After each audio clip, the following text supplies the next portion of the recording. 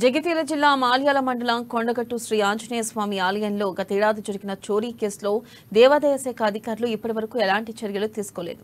ఆ చోరీ తర్వాత ఇటీవల మరో 2 దొంగతనాలు జరిగాయి.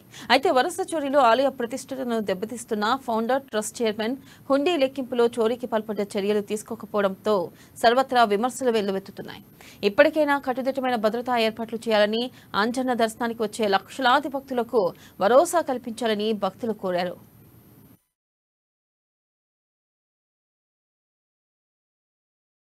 టెంపుల్ యొక్క ప్రతిష్ట అనేటువంటిది రోజు ఉపయోగంగా పెరుగుతున్నందుకు భక్తుల సంఖ్య కూడా రావడం జరుగుతుంది. గత సంవత్సరము విడుదల చేసినప్పటికీ వాళ్ళని 24 గంటల్లో పోలీసులు పట్టుకోవడం జరిగింది. వాళ్ళని కోర్టులో సరఫరా చేయడం జరిగింది. ప్లస్ ఏదైతే వాళ్ళు విడుదల నుంచి రికవర్ చేశారో అది జ్యుడిషియల్ కస్టడీ వచ్చి మాకు సేఫ్ కస్టడీ కోసం ఇచ్చారు. వాళ్ళు ఇచ్చినటువంటి ఆర్టికల్స్ కూడా రాసి భద్రపరచడం జరిగింది. కాబట్టి ఇంకా కోర్టు పరిధిలో ఉన్నందుకు మనము కోర్టుకు అధిగ్రహించి మనం మాట్లాడుకోవడము మంచిది.